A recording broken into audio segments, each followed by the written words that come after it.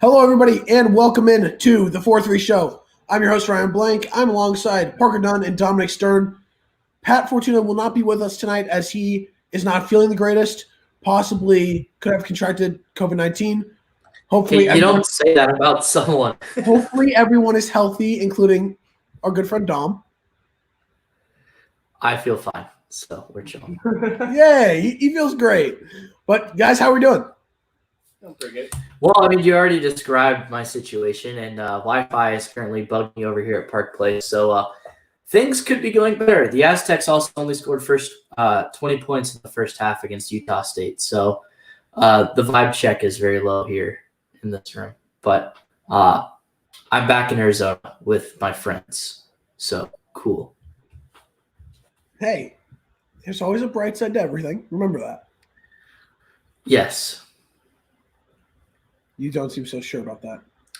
Well, I mean, there's a bright side, but, things looking pretty bleak right now, Mr. Blank. Hey, Pat did just comment, hey, I feel incredible. Don't sleep on me. I will sleep on you. Do you sleep next to him at night when you get scared? No, I don't. Okay, let's get into it. We've got 10 games or so to pick for this week for NCAA basketball. Starting off with tomorrow night, we've got number 9 Wisconsin at Rutgers. I'm going to take Wisconsin. I mean, Rutgers has been struggling mightily lately. They're not a very good rebounding team, and they're also one of the worst free throw shooting teams in the country. And Wisconsin is one of the more consistent teams in the country. They did get blown out by Michigan this week. I expect for them to rebound here against Rutgers. Yep, following that up, I also agree the same. They did not look good against Michigan. That was a huge win for Michigan, and I think that Wisconsin is definitely going to look to bounce back and get the win against the Rutgers. Yeah, I'm going to go with Wisconsin as well. I think they're going to bounce back after a very much lopsided loss to Michigan. Parker and I's pick for Michigan to win the Big Ten is looking really good right now.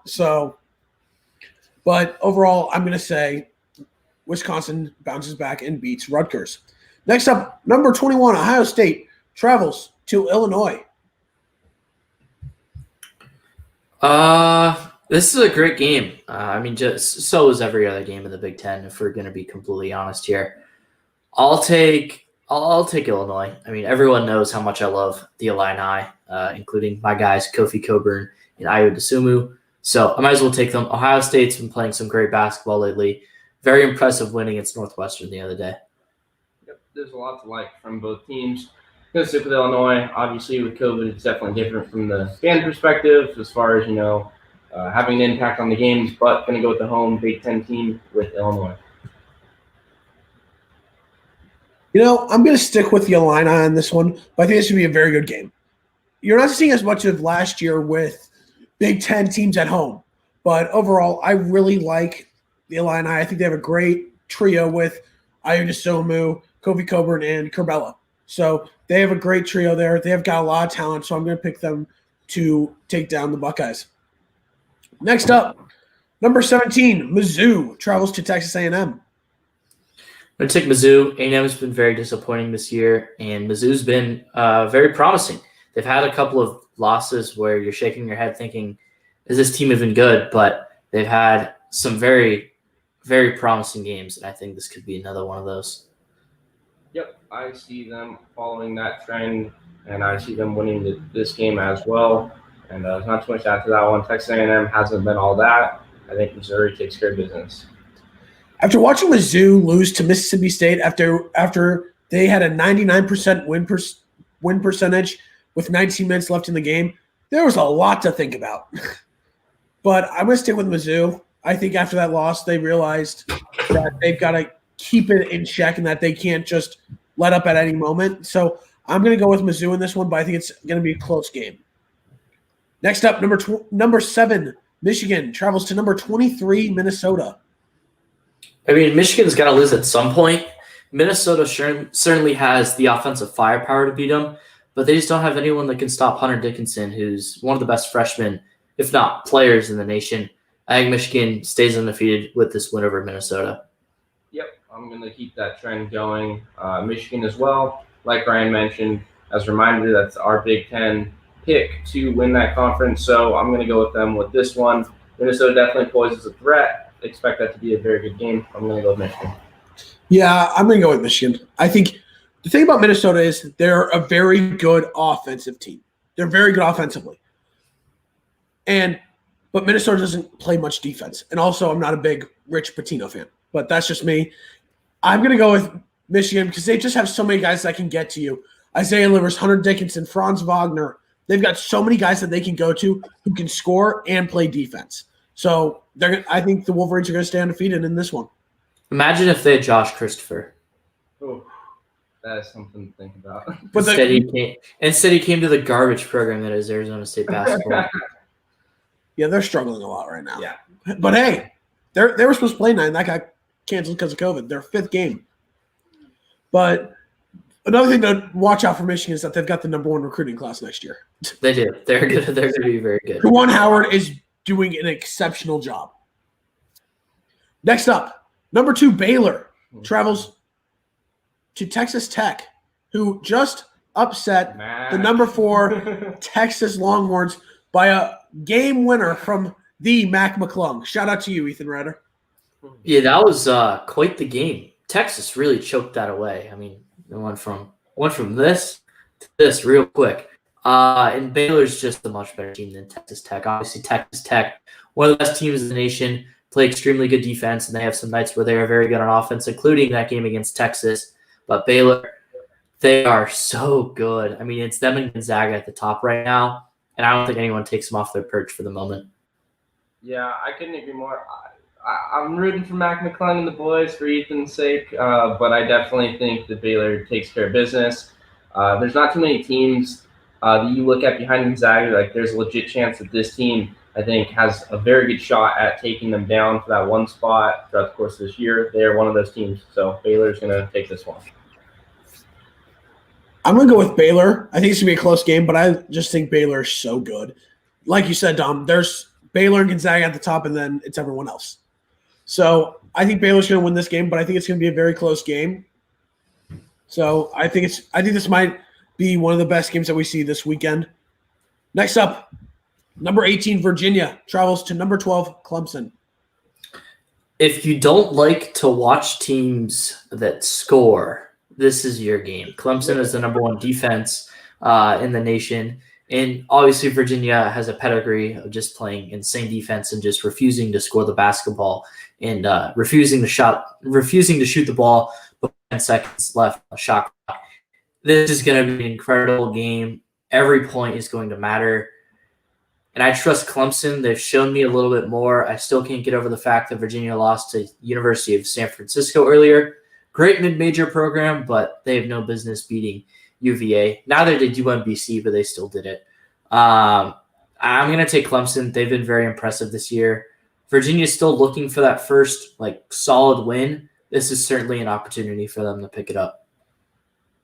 Yeah, this is one of those situations where I like that you mentioned that defense, because we've had a lot of matchups so far that we have predicted or at least taken a look at, where you look at Iowa's obviously been that team that's great offense. So wherever they're playing, we know there's going to be a lot of scoring, not much defense. This is the opposite of that. I'm going to go with Clemson. I like what they've done in the ACC so far. Virginia is definitely a team, though, that is known for that defensive integrity. I expect that to show up. This should be a relatively low-scoring game. For me, what it comes down to in this game is there's going to be that tough defense, very good defense. But which offense is going to be able to get through that defense and make those clutch baskets down the stretch? And I think it's going to end up being Clemson. So I'm going to take Clemson in this one. Next up, Arkansas at a surging Alabama team on Saturday.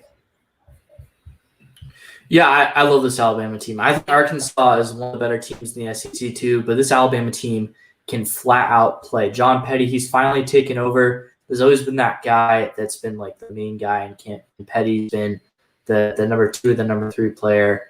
And it's finally his team. He's taken full swing. This team should have been ranked. Their offense is absolutely phenomenal. They exposed what was one of the best defenses and still is in Tennessee. And they had a couple of tough losses earlier, including one to Clemson, who has a really good defense. But they've been so dang good in SEC play, including a very strong win at Kentucky, just when Kentucky looked like they were getting things turned around. I'm going to take the Crimson Tide. It's been a good week for them. I think it continues this weekend. Yeah, I wouldn't be shocked if it did. I think there's a lot to like with them. They're 5-0 in conference play at the top. So I think they make it 6-0 this week against Arkansas. This is tough, and I'm going to pick Arkansas for one reason. Watching that Kentucky game, two of their big players went down, with Herbert Jones going down, and then you also saw Bruner go down as well. Of course, they still got Petty, Shackelford, and Primo, but I'm nervous that losing Bruner and Herbert Jones is going to have an effect on them. So I'm going to pick Arkansas in a little bit of an upset here. Next up, going over to Sunday, Indiana travels to East Lansing to take on Michigan State. I hate both these teams. Can I pick that this game ends in a tie? I'm just kidding. Indiana lost to Purdue tonight at home, which is the most Big Ten thing ever. And then Michigan State has been very inconsistent in Big Ten play. I'm just going to take the home team in this game, Michigan State. I honestly have no idea. For anyone who gambles, we do not endorse gambling on the 4-3 show. But if you do gamble and you like to gamble on college basketball, never, ever, ever gamble on a Big Ten game, because you're basically rolling the dice and you're hoping and praying, because at any given night, any team can win any given game, except for Michigan. Michigan has been killing it lately. They've just been covering like mad. But I'll take Sparty. Before Parker goes, we have a little guest. Pat! The man, the myth, the legend. His connection is not working, so Parker, go ahead. All right. That's a very good point. You got to actually get the children of the world out there. Oh, and there he goes. Bye, Pat. Well, he tried. I'm going to go with Michigan State. This isn't a very exciting game. This isn't one where, I know right off the bat, I'm going to go with this team. It could go either way. That's kind of just how the Big Ten rolls. So I'm going to go with the Spartans on this one. I got to go with Spartans. I don't think Indiana's that good. I think Archie Miller should be fired. I don't think he's that good of a coach. And when it comes to the coaching on this, I trust Tom Izzo infinitely more than I trust Archie Miller. Give me the Spartans. Next up, we've got UCF traveling to take on number 11 Houston. UCF's a solid team in the American Conference, but Houston is the pride and joy of the American. Yep, that's the pick from all three of us to win that conference, so I'm going to go with Houston on this one. Nothing else I have to add. Got to go with Houston here. And then Monday, we've got quite the showdown. It is number 6 Kansas traveling to Waco to take on number 2 Baylor. This isn't going to be a game. Kansas is so inconsistent, they're not going to show up in this game, and they're going to get run off the floor by Baylor. Have a good night, Ryan.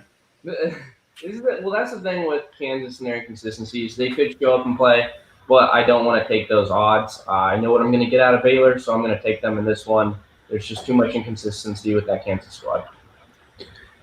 I think all of us have had the same pick besides me once. Yeah, I believe so. Do it again, Ryan, please. Pick Kansas to win out on the road against the second-best team in the country. Do it. I guess you guys wanted them last year when they were number 1, so. I want to, but I don't want to be called biased. So I'm not. I mean, we know you're biased whether you pick them or not. No. That's not the case, because I don't think they're going to win, so I'm going to go with Baylor. I just think, like you guys said it, KU's way too inconsistent. And I think what it is for them is that they have relied way too much on Jalen Wilson just to be their leading scorer. And on Monday, when they lost to Oklahoma State, he wasn't there. He scored 4 points. So too much inconsistency. The man that is actually stepping up very well is David McCormack. He's actually shooting the ball very well, but just too many questions with KU and their big man presence down low alongside McCormack. So I'm going to go with Baylor in this one. Now let's move over to college football. And as we all expected, Alabama won the national championship, and Nick Saban has passed Bear Bryant for the most rings of all time with 7.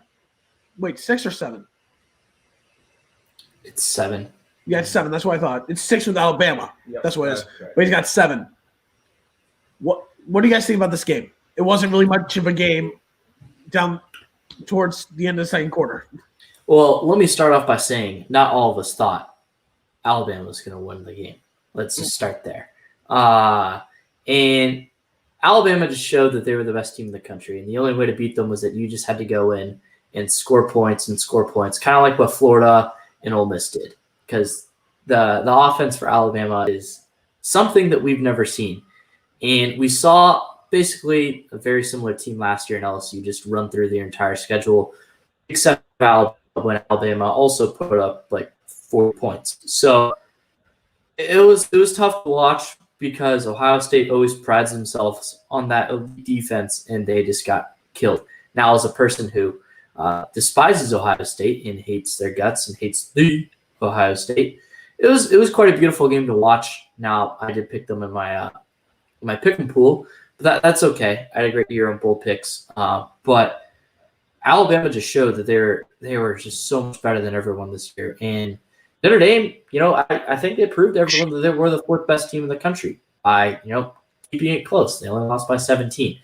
And I don't know how college football fixes this because I don't think it's a college football playoff problem because, the best teams get in the playoff every year. I don't think there's been like an instance where I'm like, wow, like that team belonged in the playoff and they just didn't get in. Like the best teams win in college football with the exception of like one game every year.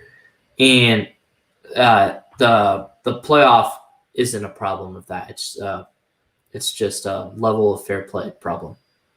Yeah, I mean, this was a game where it was very lopsided. I had some high hopes. I thought that it was going to be a very close game as Pat tries to make another entrance. I'm just going to keep going either way. But I think that I thought going in it was going to be close, and that was not the case. Alabama was so good from start to finish this year. I mean, just for the first couple of weeks, you could see something in this team. And obviously, we know we're going to go with Alabama. Like, I don't want to hype them up like this was a Cinderella story because it clearly wasn't. This is a program that's established himself year in, year out with Nick Saban. And you know what you're going to get out of them. But, man, they were so good this year. I mean, this has a case to be his best team. I think a lot of people would agree with that. They were so dominant, but I definitely thought I'd get more out of Ohio State, keep it a little bit closer. Trey Sermon went out early on. It seemed like a lot of things just weren't going Ohio State's way. But injuries or not, this was a game that Ohio State was not going to be able to compete in just because of the team that Alabama has. And, oh, my gosh, Devontae Smith, he is special. I don't know how high he's going to end up going in the draft, but he just elevated his game at the biggest moments. He got injured with that arm issue, didn't even need to go back in the game. And that was a testament to how well the team played as a whole. Yeah, there's nothing else that you can really say. This is arguably the best team Saban has had. Just a dynamic and dominant offense to pair with that dynamic and dominant defense. And that's what made this team so special. They could go against any offensive powerhouse and still be able to win by double-digit points because of how good that their defense really was. Ohio State went in there, and they gave themselves a chance. They were able to get a couple stops early, and then the floodgates opened, and then it was a blowout. And you saw it was the same way last year with LSU Clemson. So, Mac Jones. Well, I mean, Clemson was winning in the third quarter last year. Yeah. But you get what I'm saying. They kept it close, then the floodgates blew open. Yeah, and what happened is Ohio State needed to force turnovers to keep themselves in the game. Yeah, and they forced that one turnover that led to 7 points. And after that, they didn't score another touchdown until late in the fourth quarter. When it didn't matter. Yeah, or no, they scored in the third quarter. But it was a blowout. They didn't do themselves any favor on offense, and that's how you had to beat Alabama. You have to score enough points. You rarely stop an Alabama team that's that well coached, that well recruited, and that well developed. It just doesn't happen. Yeah, you're not going to be able to stop them that many times. Mac Jones set a playoff record with most passing yards in championship game at 464, had 5 touchdowns. Devontae Smith was incredible throughout that game. This Alabama team has a case to be one of the greatest college football teams ever. Yeah, they're top 5 for sure. They're one of the best teams I've ever seen. Yeah. I think they're better than that LSU team Personally, I think it's extremely close. But there definitely is a case for it. And I think it's because if you're going to compare it, offenses are extremely similar. The defense is really where it comes in. And I think Alabama's defense was better. Alabama's defense was so good. I would say that they were. It's so close, though. Now, before we get into other news with college football, it has just been reported by Ian Rappaport that the Jets have made their head coach decision, and it is Robert Saleh, the defensive coordinator of the 49ers. We will get into that a little bit later. Just wanted to mention that as a little tease to what we're going to get into following the college football scenarios. And next up is Steve Sarkisian is now the new head coach at Texas. What do you guys think? I think it's an incredible hire for Texas. They fired Tom Herman. Let's make sure we got that clear. They fired him to bring in Sarkisian. I think we talked about that on the last show, them firing Herman. I don't necessarily agree with it, especially considering how much they still have to pay Herman. And I thought he was doing a good job there. Never really had that, that premier quarterback. I mean, they had Sam Ehlinger, but like anyone who watched Sam Ehlinger knows that he was good, but not great. But what Sarkisian brings to the table at Texas is an elite play calling ability. And there were some people who said, hey, he's not going to have, the same weapons he had at Alabama. And they're 100% correct. However, at the same time, Texas recruits every damn year.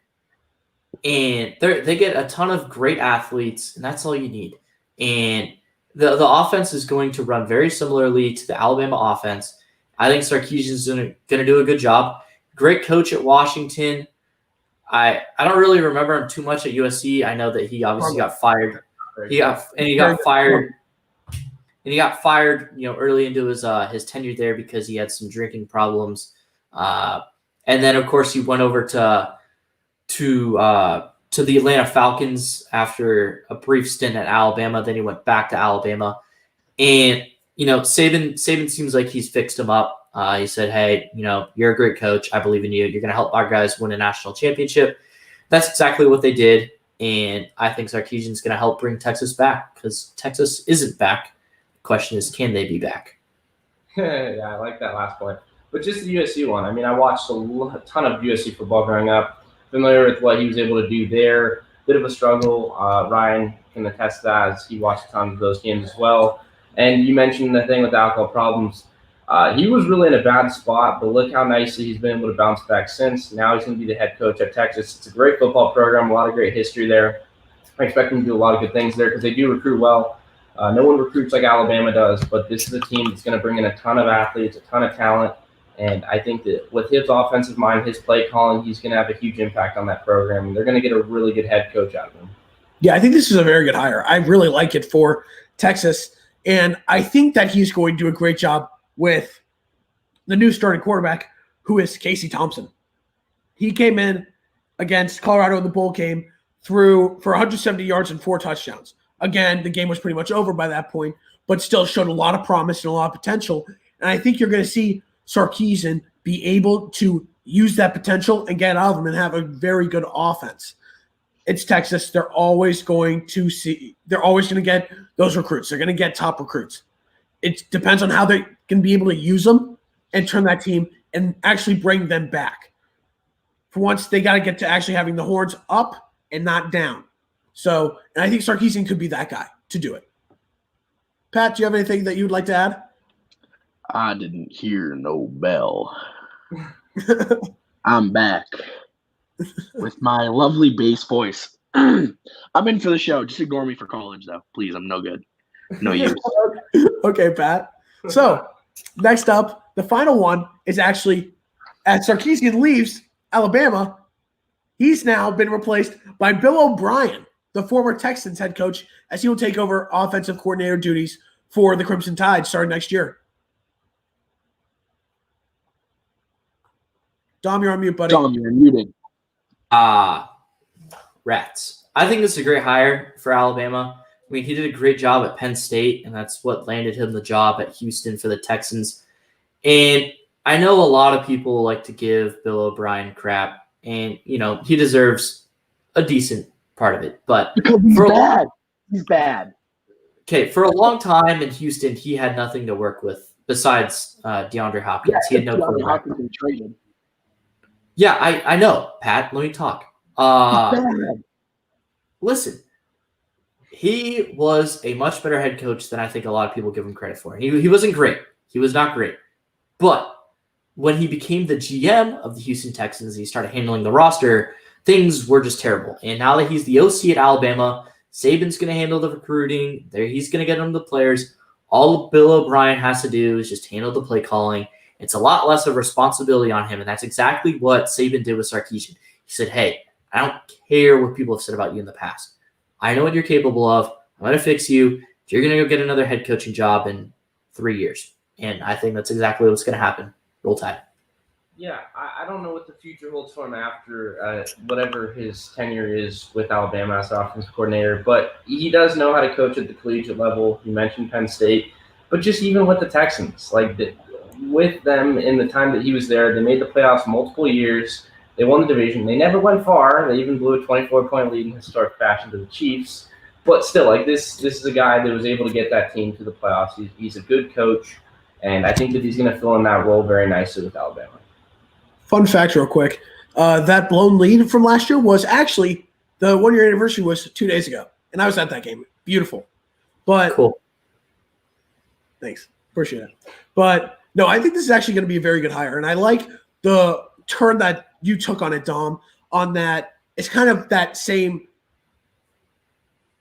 view and angle they're going to take with how they worked with Sarkisian. And I think that's a very good call. He's going to get a head coaching job in 3 to 4 years. Even if it's just college, he's still going to get it because he's going to get cleaned up. He's going to know he has his role, and he's not going to be dealt with having to manage a roster as well. With that, that concludes our NCAA football talk. Now let's get into our 2 to 3 quick topics in the NBA. We all know what it is. James Harden, after a very interesting interview where he said that he loves the city, he's done everything that he can, but he doesn't think anything can get fixed. Next day, he gets traded to Brooklyn. Is a massive 4-team trade. And here's what all goes into the trade. Brooklyn gets Harden. Houston gets Karis LeVert, Dante Exum, Rodion Skurix, 4 first-round picks and 4 pick swaps. The Cavaliers get Jarrett Allen and Taurean Prince. And then lastly, the Rockets flip LeVert to the Pacers for Victor Oladipo, who is in the final year of his contract. What do you guys think of this blockbuster trade first? And do you think it's going to work in Brooklyn? I can't stop. Listen. This is such a fun Listen. one. I am so happy James Harden was traded to Brooklyn. You know why? Because this opens up the East for the Celtics. Now, I know some people are saying, oh, Brooklyn's a super team. Brooklyn's a super team. No, that's where you're wrong. This team is going to implode faster than Ryan could even spell implode. It's just going to crumble. It's not going anywhere. Kyrie is MIA. They trade Harden because Harden's a little drama queen. Harden's the Kyrie of the Western Conference. And now they're both in the Eastern Conference in the same locker room. This is great. This is great for any team in the Eastern Conference because the Nets were the favorite. And now they have to deal with this added drama that's definitely going to come at some point. That is a good comparison. I actually really like that. That's a very good comparison. I do have to say, this trade is so fun to me. One, because the 14 trades are great, and especially when there's so many impactful players in that trade, because you can get some, 3-14 trades where not much is being exchanged. It's not very exciting, but this just shows why the NBA is so exciting. It doesn't matter if it's out season, it doesn't matter if it's right before the trade deadline. It doesn't matter what it is. Guys are getting moved around, and this is just so fun to me because James Harden is such an incredible player. We know what he does. We know what he brings to the table. So to see him get moved after all that drama really is exciting because for the longest time I figured it'd all blow over. And there was a stretch of time where it did look like it was going to, but that's not the case. A lot of turmoil. DeMarcus Cousins was very vocal about it. He didn't like that press conference that James Harden had prior to that. So he's going to get moved. I just have to say out of this, props to Houston. You got a ton of value out of him. Karis LeVert is a very young, talented player. I like what he brings to the table. They also got Exum, got Karutz. Not too much to be excited for as far as those two players go, but they did get 8 first-round picks. Obviously, 4 of those are pick swaps, but they got 4 good first-round picks out of it. I'd say they got a pretty good haul. Obviously, James Harden is worth a ton, but he brings a lot of baggage with him over there to Brooklyn. So I'm very interested to see if this whole situation does go crazy, because I figure the personalities of Kevin Durant and Kyrie Irving were enough as it is. Not so much Kevin Durant, but Kyrie Irving especially. But when you throw in James Harden, another ball-dominant player, that might go very, very south very quickly. Okay, so I picked the Nets to win the East a couple of weeks ago, and I'm going to ask Fernando Tatis Jr. if I'm going to stick by that pick. Do I still think the Nets are going to win the East? Yes, he says yes. Fernando Tatis Jr. says yes. Listen, I don't care how big of a personality problem James Harden is, because it's not a hot take to say. Like you said, he brings a lot of baggage. He puts the ball in the hoop. That's all that matters. And so does Kevin Durant, and so does Kyrie Irving. And they're going to combine and say, hey, listen, we are going to go and win a championship. And Kyrie, you did it once, and you were upset that you didn't have a big part of it. Now's your chance. James Harden, you don't have a championship. Here's your chance to go get one. Kevin Durant, all the haters on Twitter say, you didn't earn your ring, you didn't deserve your ring. Now's your chance to go out and do it for yourself. And I know Parker just smirked because it's BS, and I agree. But these guys, they're going to have chips on their shoulders. There's a lot of talk around them. It's not all positive. And I'm excited to go on and watch this team play. You guys know I don't care about the NBA. I want to see this team play. I think it's exciting. Like Pat mentioned, it could certainly open a door for the Celtics. This team could definitely implode. I'm going to side with, I don't think it's going to, because these have that one common goal to go out and win a championship. But I think they're going to accomplish that. Yeah, I What is a photo? Well, let me paint a scenario for you in your head. So Paint it. it's playoffs are coming up. The NBA season's drawing to a close, right? Nets are in the playoffs, 2 or 3 seed, let's say, just for fair game. Kyrie Irving starts crying that his role in the team isn't big enough. Harden's getting the ball too much. Harden starts saying, "Oh, man, that's BS, Kyrie. You're just a little crybaby." Kyrie starts complaining about why the world is flat and that he won't talk to the media. James Harden requests a trade, even though the trade deadline has passed. And Kevin Durant's out there playing on his last leg, probably playing 48 minutes a game. But he's balling.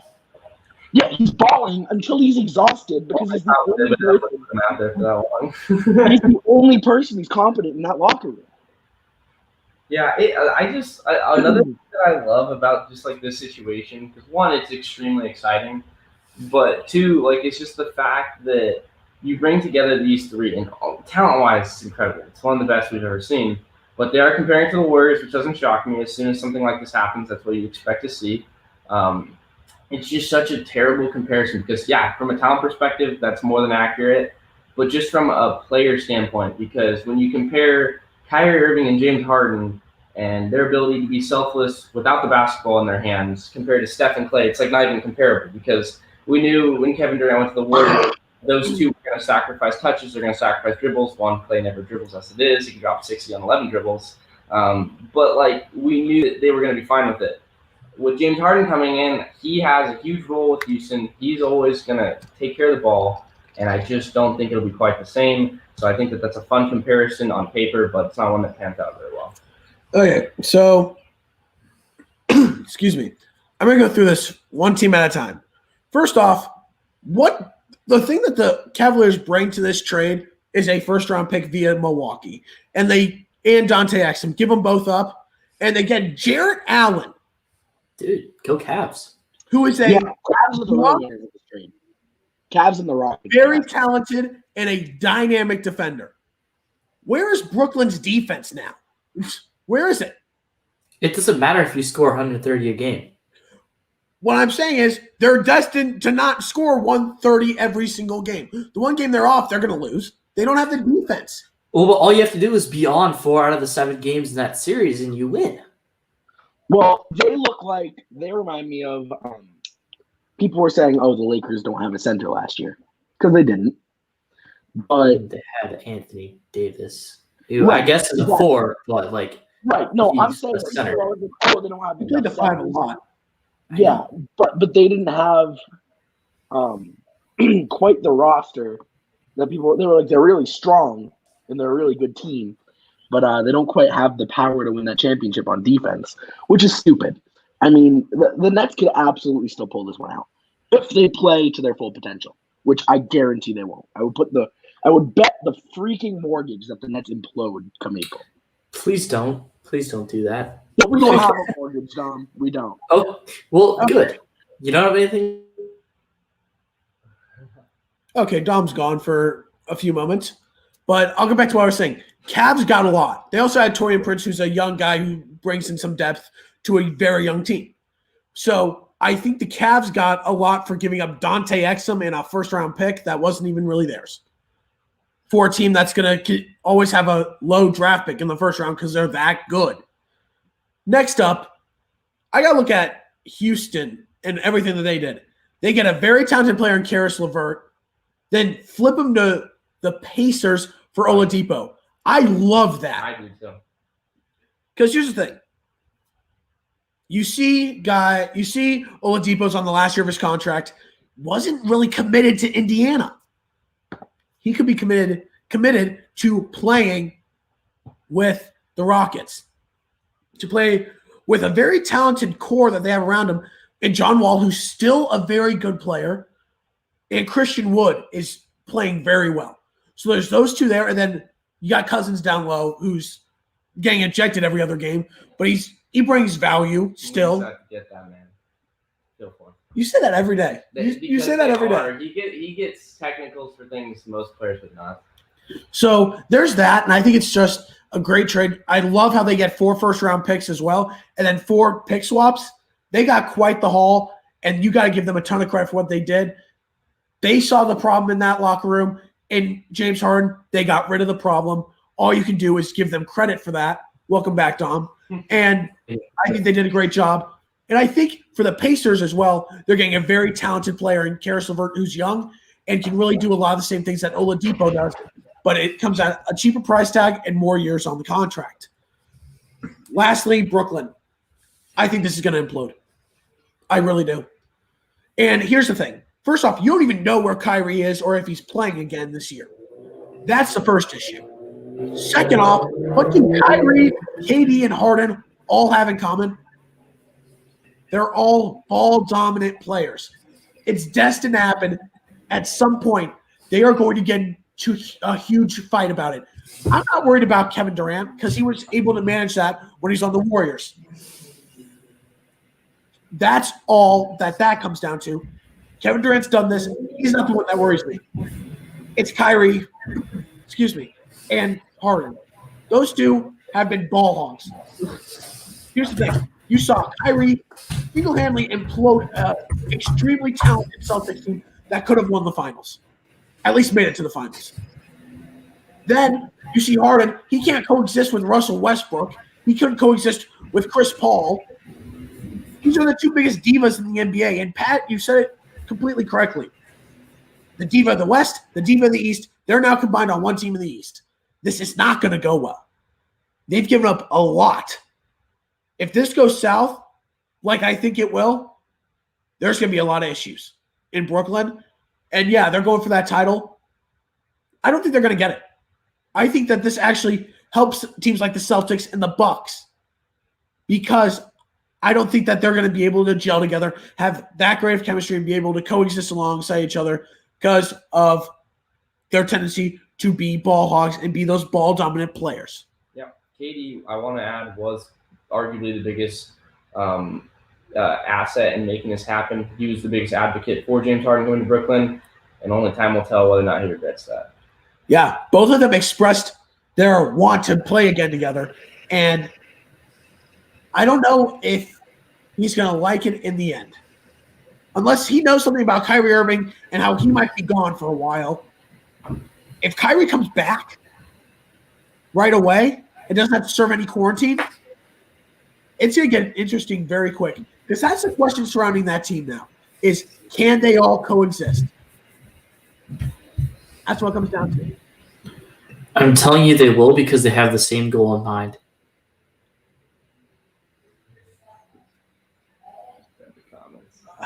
I don't know, Dom. The goal in mind is a championship, yeah, but it gets to here goes Pat. Yes. They are status through and through. And internet crapping out. Can you hear me? All right? Not really, no. Yeah, All right, never mind. Go ahead, Ryan. So here's the thing. I think that the team to watch right now is Brooklyn. Can they somehow figure out a way to do it? And for a first-time head coach in Steve Nash, this is one tricky situation I would not want to be involved in or have to deal with, because this could be devastating. That is the thing. Also, I want to add. I wasn't going to add this, but Steve Nash, the biggest thing with him, like his best attribute is his ability to deal with personalities. We've seen it so far with Katie and Kyrie. His biggest task now is, can he also deal with James Harden being in that mix? Because some coaches are good for their basketball IQ. They're good for what kind of plays they can draw with timeouts late in games. And others like him are good with handling personalities in the locker room. And this is the ultimate test for him. See if you can handle it. That's really what it comes down to. And now let's move on to our final subject, and that's the NFL, as always. Let's start out. Let's recap Wild Card Weekend. First off, let's go to Dom. His Rams got a big win. Go ahead. Yeah, I mean, the Rams came out and said what I had been saying all year, and the Rams were a better team than the Seattle Seahawks at every single position except for the quarterback position. And even the quarterback position, the Rams played better with the combination of both John Wolford and Jared Goff than Russell Wilson played. And now that's in large part because the Rams defense is an absolute wagon, and they are the best defense in the league. I had been saying that the past couple of weeks. And listen, this defense is a Super Bowl caliber defense. All the offense has to do is not turn the ball over, and that's exactly what they did against the Seattle Seahawks. They kept it clean. They ran the ball hard. Cam Akers was absolutely unbelievable again, and the defense was phenomenal. They only had 5 sacks, but I promise you it's more than that. Darius Williams had the play of his life with that interception on the screen pass where he just absolutely jumped it, beat the blocker, picked it, and just ran all the way. And you got CTK. We're going to try and catch him. Spoiler alert, he didn't. It was a great game. A lot of fun to watch. That was really like the first Rams playoff game that I could like appreciate and not feel guilty, because the first one I was at my high school dance, and the second one, obviously, there was the no call PI where you obviously feel bad because like you got away with a just blatant missed call. But it was an awesome win. I'm glad that game proved me right, that I had been right about the Rams basically all year. Hopefully the Rams can go into Green Bay and put up a similar defensive performance and hopefully come out with a dub. I don't think it's going to happen, but you never know. Parker, any games that stood out to you? I mean, the Colts-Bills game was one that I was the most excited about. That seemed like the Colts were the best lower seed and had the best chance. Obviously, they were going up against a behemoth in the Bills, so I didn't expect them to win that game, of course. But with how good the Colts were this season, it wouldn't have shocked me. They made it very close. They had that final drive where there was controversy or that Pascal non-fumble call. But it was a very good game. It did not disappoint, to say the least, and I thoroughly enjoyed seeing that one the most. I can't wait to see the Bills-Ravens matchup. That's going to be a really good one. I want to see how the Bills carry over that momentum and see what they're able to do on both ends of the ball again against the Ravens team. It's going to be very problematic for them. Pat. You're on mute. There we go. So, want to point out the most important thing to come out of this NFL wildcard weekend wasn't one of the games. It's that the Patriots plan to extend Cam Newton for one more year. Let's go. Thanks. Anyways, no, great weekend of games. Vamos Rams. Big Rams fans in 30-20. Vamos. I'm happy to watch Tom Brady succeed like I have my whole life. So I look forward to watching him play this week. That'll be a really good game. But I'm excited to watch Green Bay and Kansas City play because those are going to be really good games too. So I was kind of disappointed we didn't get watch Wild Card Weekend, but they're the one seed for the reason, or for a reason. That's all I got to say about that. There were a lot of games that stood out to me this weekend. I got to go with Ravens, Titans, and I think it's that the Ravens did tremendous job of shutting down Derrick Henry. And that's what the key was, because last year in the playoffs, they couldn't shut him down. That's what they did. I really think that the Ravens have a great chance to upset the Bills, because what they did was they did a great job getting pressure and stacking the box. If they can get pressure on Josh Allen, it's a way different ballgame. And you see how electric Lamar Jackson was. He exposed the Titans defense throughout that game, mainly running, but still did a great job with his passes outside of that horrible pick. The other game I got to give a highlight to is I got to give a shout out to Taylor Heineke. What a game from him. He gave everything that he had. He separates his shoulder in the third quarter on a touchdown, goes back out and nearly gets them down the field and nearly gets them to tie that game. He gave them a chance, and he's put himself in the running that he could potentially start for that team next year. Yeah. Or just get a job in general. Yeah. And then another game has to be the Steelers-Browns. I mean, that game got a lot of attention because of all the shenanigans leading up to it. But, I mean, props to the Browns, and congrats to the Browns fans out there that got to watch that win. That was a game where they had everything stacked against them with the obstacles to deal with COVID during the worst of times during the playoffs, and they handled it very well. They looked great. Obviously, the Steelers got off to a horrible start, and the Steelers were just the biggest 11-0 team fraud I've ever seen. And I expected a little bit more out of them, but props to the Browns. The focus and the attention should be on them nonetheless, and good for them on how they played. Okay, with that, let's move on to 3 coaching decisions came down this week. Doug Peterson was fired, and then 2 today. Urban Meyer hired by the Jaguars. Robert Saleh hired by the Jets. I want you guys to talk about which one you think is the best move. I'll start with Saleh to the Jets. Being a fan of an NFC West team, I've now seen the San Francisco 49ers defense terrorize the NFC West for the past couple of years. Even when they weren't that good in that 1 year where they had the number 2 overall pick, their defense still had a lot of talent on it. And Saleh kept them in games despite the fact that C.J. Beathard and Nick Mullins were their quarterbacks. And to me, Saleh, I feel like, is going to change the culture in New York. I mean, Todd Bowles didn't really do a good job at that. Neither did Adam Gase. Neither of those 2 guys were there for a long time. Saleh was given a 5-year contract. And to me, this was one of the few situations where I said they should go out and hire like a defensive guy and go out and reshape that culture, and they can find an offensive coordinator to help with Sam Darnold. Parker. Well, Oh, sorry, Pat. I'm gonna say the best move here, firing Doug Peterson. God, I hate that guy. It's just I hate Pat, can I ask why? Why do you say that? Doug Peterson had one good year where they go to the Super Bowl, and they made it to the playoffs 3 times. Yeah, but one year where they went to the Super Bowl, playoffs 3 times, playing in the NFC East. Why don't people grasp that? It's by far the worst division in football, by like a million Yeah, miles. I mean, we know, Pat, but as someone who supports a football team who makes it to the playoffs consistently, I feel like you should know how tough it is to just go make the playoffs. They kept a consistent roster. It takes something to not just absolutely implode in that division, and that's what they did. And then this year was a different story. Right. They have struggled enough, and they've been a laughingstock enough, even when making playoffs, that I am not surprised he was fired. I also just hate his stupid face and his stupid visors. And you know what? At least he'll always have a statue outside of Eagle Stadium, right? Okay, we get it. You're salty that your team lost one of the 3 Super Bowls. Like, I get it. It's tough. Yeah. Hey, it's okay. It's okay, Pat. Parker, which move do you think was best? Well, I mean, you guys mentioned the other 2. I don't necessarily agree with the take on Doug Peterson. But with Urban Meyer, though, I might as well mention it. That was a great hire by the Jaguars. I always love to see a coach that had great success at other levels being elevated to the highest level in the NFL. I want to see what he's able to do as a head coach for the Jaguars. Obviously, there's a lot of excitement there bringing him in. They have that first overall pick.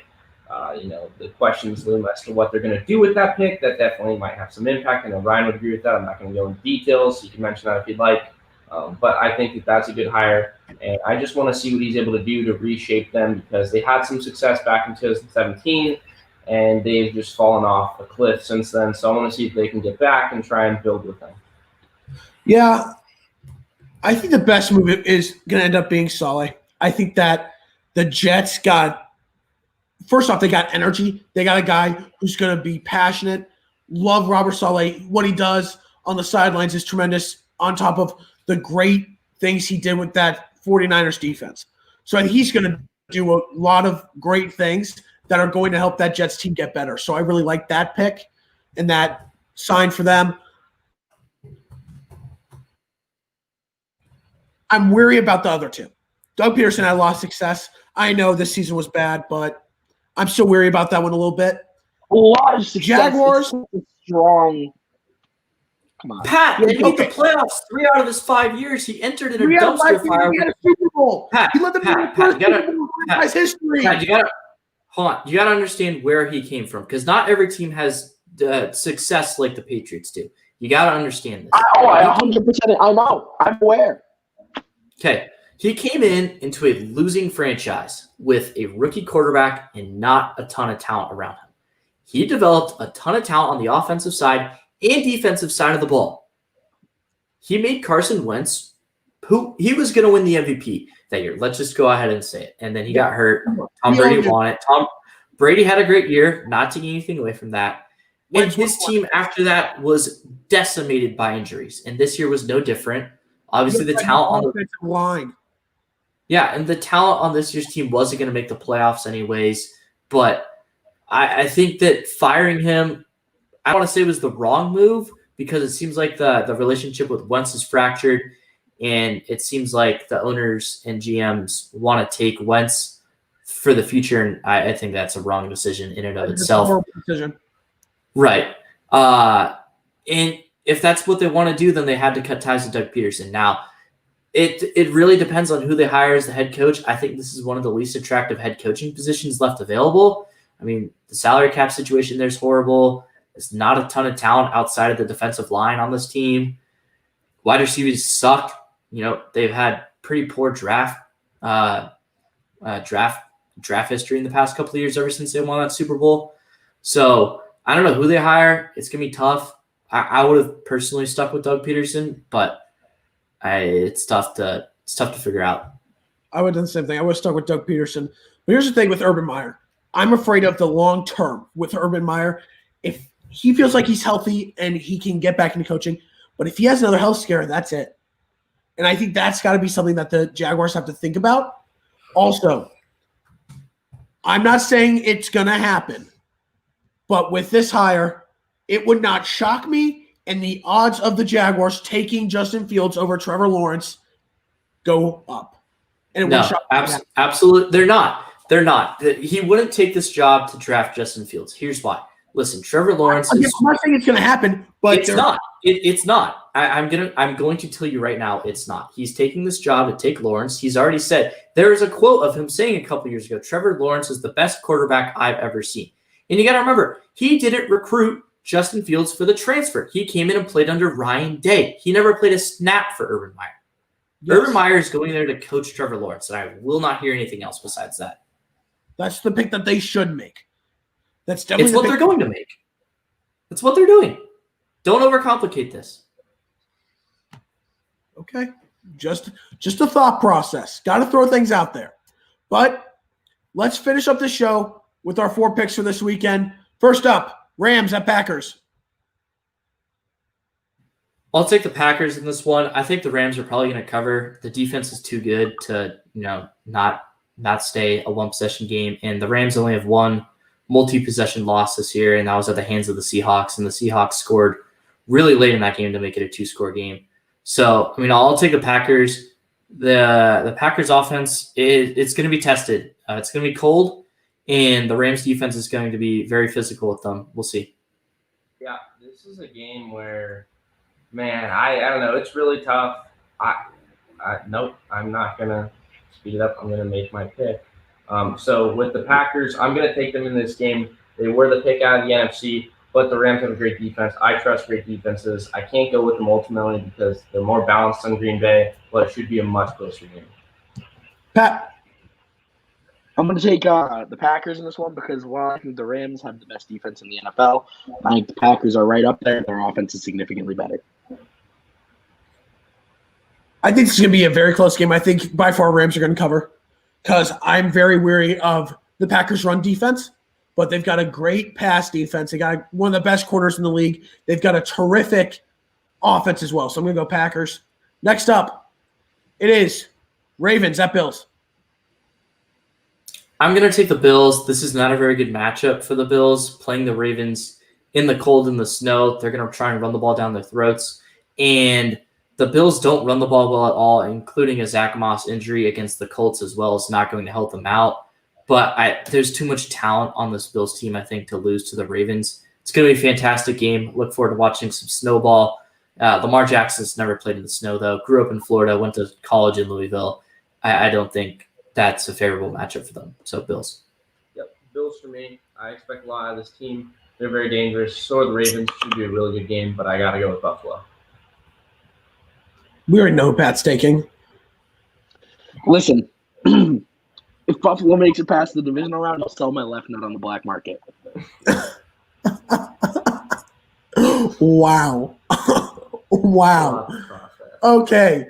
Next up, I got to go with Bills. I got to. I think that what, Dom, you mentioned what I was going to say, the mix of snow and Lamar Jackson, I don't think it's going to work, and just so much talent on that Bills team, so I'm going to go Bills.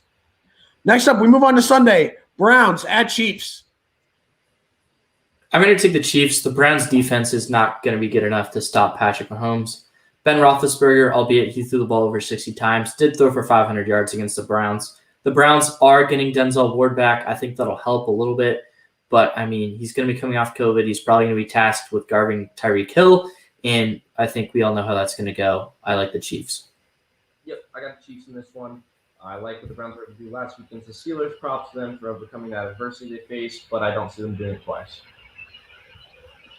I'm taking the Browns in this game for the sole purpose of pissing Ryan Blank off. I knew you were going to do that. Good reasoning. Here we go. Here's me. Chase Claypool said, bad loss. It's all good. Browns are going to get clapped next week. I'm going to say this. Salty. Yeah, very salty. I think the Chiefs are going to win this game. I think what it comes down to is that defense cannot stop Mahomes in the offense. And I think the Chiefs defense can do a better job of stopping Baker Mayfield throwing the ball than the Steelers did because the Chiefs have a better secondary than the Steelers with corners specifically. And I just think they have a better secondary overall they have a better secondary in my opinion. Steven Nelson isn't good. So I'm going to take the Chiefs in this one. And finally, Bucks at Saints. I'm going to take the Bucks in here. This is my upset of the week. The Bucks offense has been extremely good as of late, and the defense has been, better than what it was, but they haven't faced a good offense yet, and I don't know if I'd put the Saints in that good offense territory right now. But the Bucks offense was very good after the bye, and then they faced a very good Washington defense, and they torched them. It was a very impressive performance. Tom Brady was throwing the ball down the field. The offensive line was protecting him, and I think they're going to be able to do that against the Saints as well. Tom Brady has also never lost to the same team 3 times in a year. He's only had the opportunity to do it twice. He's only faced the Jets in the playoffs twice. He didn't lose all 3 of those games, so I don't see a way that happens. I'm going to take the Bucks. I'm going to go with the Saints. They didn't look very good against Chicago. I would have liked for them to look better to make this a more confident pick. But I'm going to go with them. And, of course, the Saints had their number in the regular season, and I think that they're going to do just enough to get by this week. Pat? So I used to always say I'd never bet against Brady and Belichick in the playoffs. However, this is Brady without Belichick. He is playing with Bruce Arians, who's like a Dollar Tree Andy Reid. It's just but I think I still got to go with the Bucks in this one. Brady's looked really good the past few weeks. He's ready for whatever the playoffs have to throw at him. And there was this great stat I read the other day that Tom Brady has as many wins against NFC teams in the playoffs as Drew Brees, and one has played in the AFC his whole career, one has played in the NFC. So do with that what you will, but I'm taking Tom Brady and the Buccaneers. I'm taking the Saints. And here's the thing. That Saints defense is Super Bowl caliber. That's a Super Bowl defense. And they've got the offense to win the Super Bowl as well. They do. And I think that is what it's going to come down to is can the Saints make a stop late and get rid of Brady? And I think they will. It's very tough to think about. It's very tough to even comprehend because of how great Tom Brady's been, how great the offense is looking. I think that the Saints defense is going to be able to get that one stop, and the offense is going to be clicking. So I'm going to go with Saints. All right, everybody. That's going to conclude this episode of the 4-3 Show. Pat, it was great to have you come on later on, but great to have you coming in. Everyone, enjoy the divisional round of NFL football. We will be back probably on Monday recapping the divisional round. So we will see you then. Have a great weekend.